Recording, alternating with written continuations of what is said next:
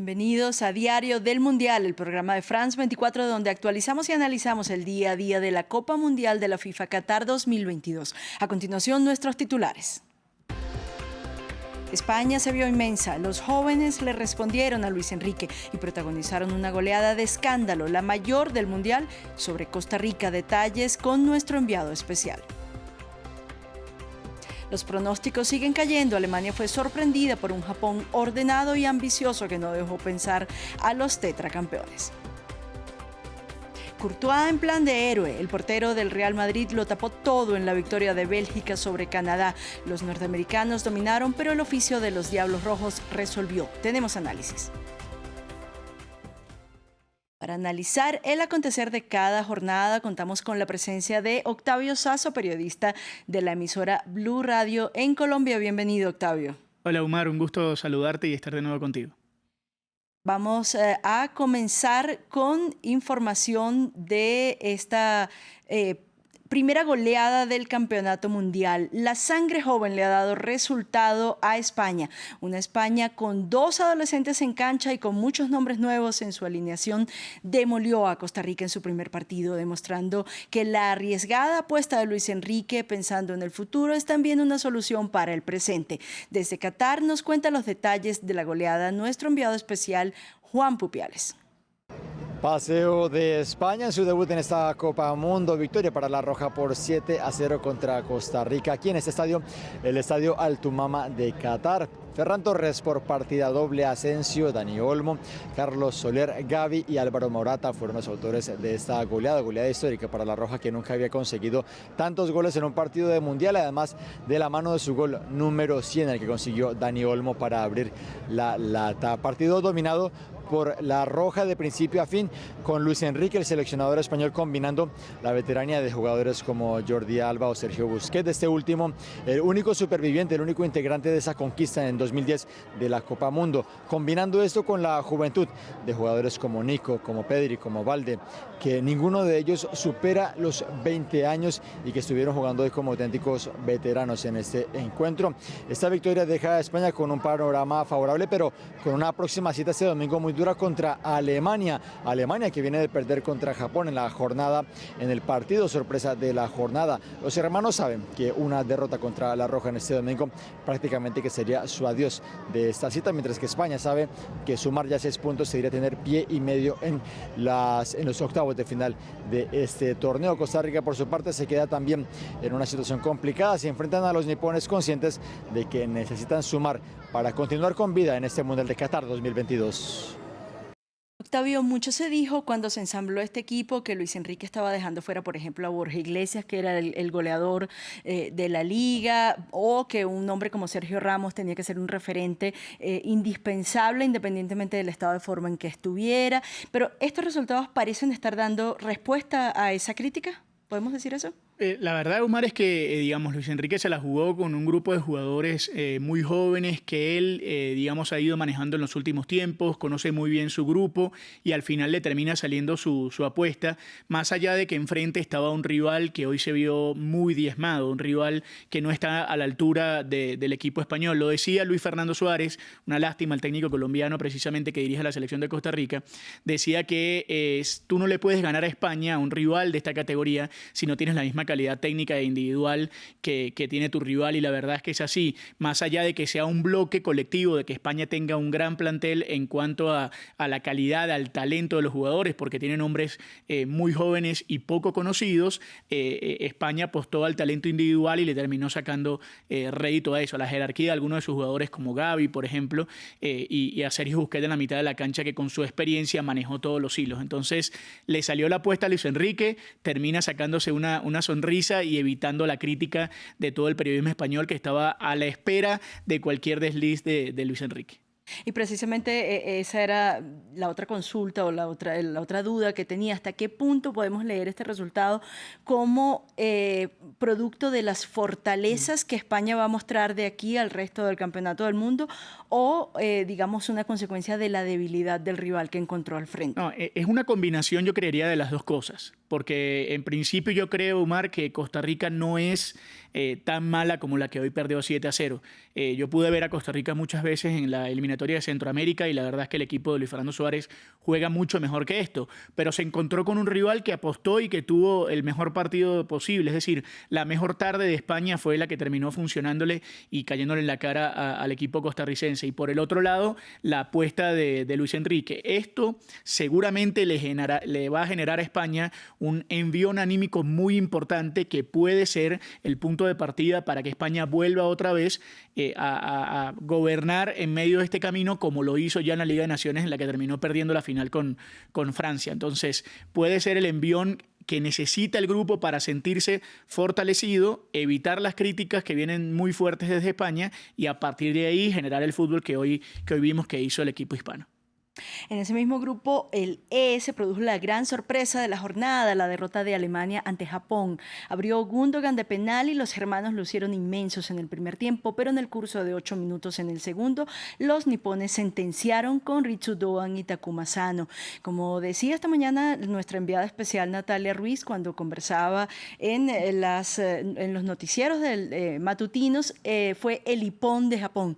Pero podemos decir, Octavio, que antes de ese Ippon hubo unos cuantos Guasari que se marcaron como para continuar con los términos de judo, ¿no? Ah, por supuesto. La verdad es que hoy todo el mundo, evidentemente, Eumar lo califica de sorpresivo, pero es que aquellos que estamos siguiendo el fútbol desde hace un tiempo sabemos, es decir, nadie apostaba y sabía que Japón le iba a ganar a Alemania, no me voy a cargar eso ahora encima. Lo que quiero decir es que sabemos del talento que tiene un país que viene trabajando en función de esto hace más de 40, 50 años.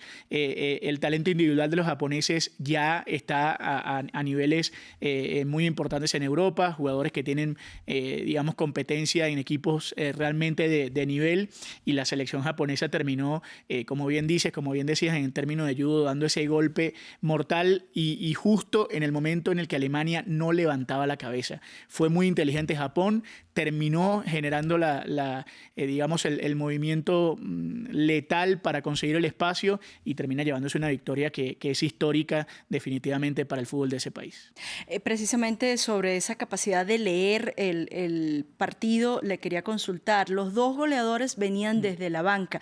Es un mérito de Moriyasu, el técnico, saber leer las necesidades del partido, saber buscar la herramienta que necesitaba en ese momento y definitivamente dar vuelta a esto. Totalmente. Hoy estaba leyendo un par de cosas que tenían que ver con Japón, en las que decían, por ejemplo, que Minamino, que recientemente había jugado en el Liverpool y es una de las referencias, estuvo en el banco de los suplentes y él fue el que entró para generar una de las jugadas. El técnico le había pedido a ellos que entraran, digamos, con esa disposición sobre el final del partido para aprovechar no solo digamos, la claridad que iban a tener desde el banco de suplentes, sino la energía en función del desgaste que tenía Alemania. Lo leyó perfectamente el técnico de Japón, le salió, no necesariamente le tiene que salir siempre, pero esta vez le salió porque Alemania se distrajo. Alemania le entregó el partido en un momento a Japón y Japón, con su disciplina, porque si bien eso es cultural, con su disciplina terminó pasándole por encima a un rival de tanta jerarquía. Ayer veíamos a un equipo de Arabia Saudita sorprendiendo al albiceleste con 9 jugadores del Al Hilal, que Exacto. Es un equipo dirigido por un argentino, Ramón Díaz. Hoy estamos viendo a un Japón que le pasa por encima a una Alemania donde juegan 8 de sus jugadores, donde militan 8 de sus jugadores en la Bundesliga.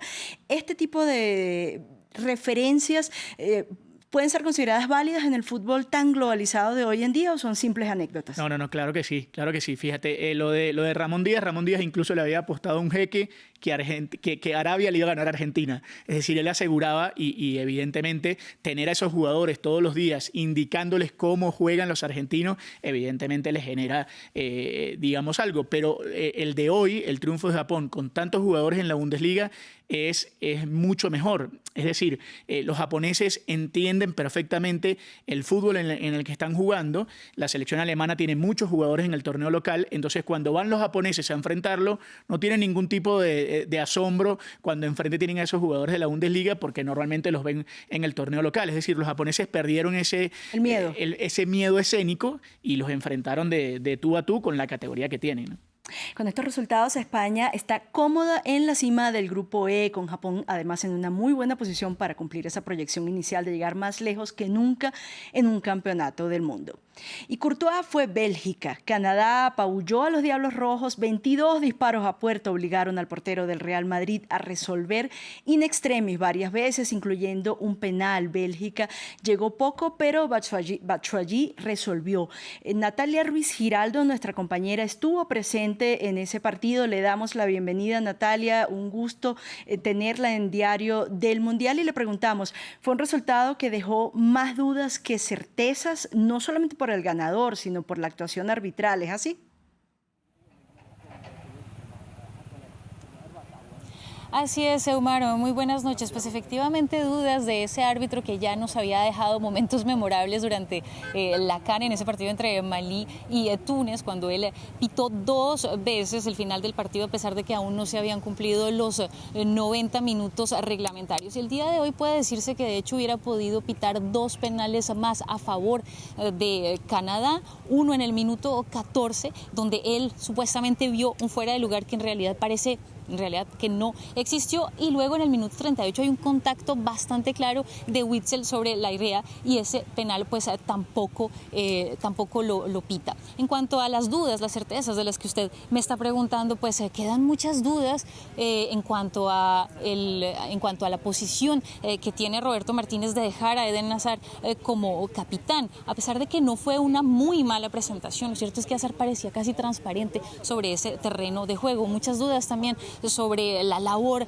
de Kevin De Bruyne, que no brilla en este equipo de Bélgica como sí lo hace con Manchester City, y por supuesto pues esos cambios que hizo ya sobre el final del partido con Meunier, con Onana, que entran ya en algún momento, que tampoco dan una mayor dinámica a este equipo. Y pues muchísimas preguntas quedan, muchísimas dudas. La certeza es que esta no es la Bélgica que vimos hace 4 años en Rusia, esa Bélgica que quedó tercera en ese mundial, y muchísimas preguntas. Entonces, como les decía, sobre todo antes pues que Bélgica siga en este mundial, y a pesar de todo, a pesar de esa presentación que pues la verdad hubiera podido ser de pronto peor, incluso ante una Canadá bastante combativa, pero muy deficiente en cuanto a profundidad, pues se queda por ahora con los 3 puntos muy importantes en este grupo. Natalia, hablábamos del ganador que dejó tantas dudas, pero también toca hablar de ese perdedor que dejó, digamos, una buena imagen, más allá de la dificultad para concretar. Estamos hablando de un equipo que va a ser sede, una de las co-sedes del Mundial dentro de 4 años. ¿Podemos pensar que este es el grupo base para emprender esa aventura? Bien puede serlo, aunque estamos hablando también de una Canadá que tiene al jugador de más edad. Quizás ya de aquí a allá pues este jugador ya de 39 años no esté. Puede ser sí un equipo pues que sirva como base. Ha sido también un equipo que ha tenido un muy buen progreso. Ese equipo de Canadá que pues se clasificó primero en la CONCACAF, que tuvo victoria sobre México, victoria sobre Estados Unidos, pero realmente ante lo que vimos esta noche aquí en este estadio frente a Bélgica todavía falta mucho en cuanto a definición. Demasiadas oportunidades para los canadienses de poder lograr el empate. Ese penalti de Alfonso Davies que no está cobrado a la altura de lo que debería ser, a la altura de lo que nos ha tenido, digamos, acostumbrados, y sobre todo teniendo en cuenta que frente a él estaba un arquero como Thibaut Courtois, que por lo general es una persona o un jugador que en realidad muy pocos errores comete, y pues él quizás no tuvo la mejor lucidez de ese cobro.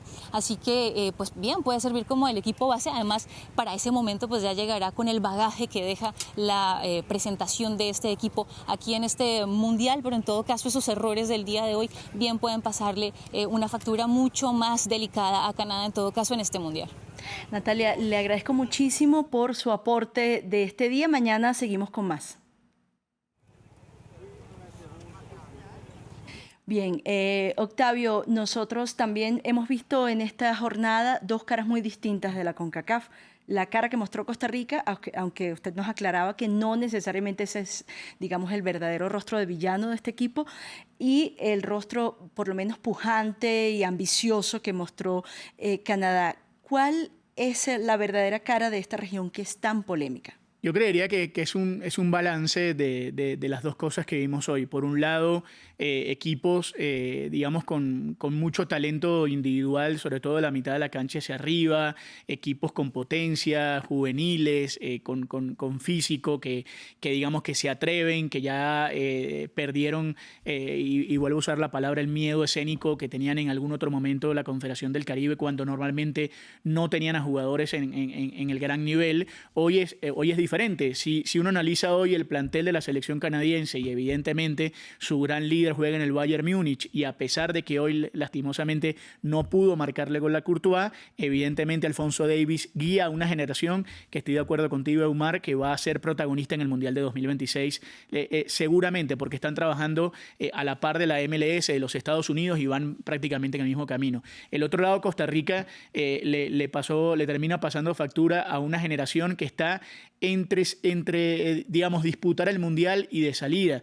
Tiene jugadores como Celso Borges o Brian Ruiz que se están despidiendo, como Keylor Navas, que no se sabe en qué momento estará su futuro, que además tenía tantos días sin jugar, porque no está siendo titular en el PSG. Entonces había muchas dudas sobre ese equipo y lamentablemente vivieron una noche horrible, pero que estoy seguro no representa al fútbol de Costa Rica. Cerramos el repaso de la jornada con el empate sin goles entre el subcampeón de hace 4 años, Croacia, y un Marruecos que tuvo el gran mérito de frenar a Luka Modric y cortarle las líneas de comunicación con la delantera croata. Por ahí se puede decir que se rescató este punto con el que salieron los africanos. Sí, es que volvemos a lo mismo. Hoy esta Marruecos tiene al menos 2 o 3 jugadores que juegan en los mejores equipos del mundo. Entonces, cuando tienes a Hakimi, tienes a Siche, tienes jugadores que pueden ir mano a mano contra el rival que sea, tiene una ventaja. Es cierto que hay que acomodarse como selección o como equipo, y que enfrente tenían a un rival que está liderado nada menos que por Luka Modric, que cuando anda en un buen día puede lograr la magia que él quiera. Pero lo de Marruecos es muy destacable. Hizo un gran negocio, incluso pudo haberle amargado el día a Croacia, y termina llevándose un muy buen punto frente a un rival que es durísimo y que, como bien dices, es la subcampeona del mundo. Octavio, mil gracias por haber estado con nosotros. Nos encontramos de nuevo mañana. Un gusto, mañana nos encontramos. Y ese grupo F queda liderado por Bélgica, pero con las opciones abiertas para cualquiera de los equipos, como lo comentaba Octavio Sazo. Vamos con una selección de noticias de esta Copa del Mundo. Alemania no pudo usar el brazalete arcoíris, pero encontró su manera de protestar hoy contra la prohibición y demostrar su solidaridad con la comunidad LGBTI, las bocas tapadas en señal de que han debido silenciarse, y una declaración en sus redes sociales: los derechos humanos no son negociables.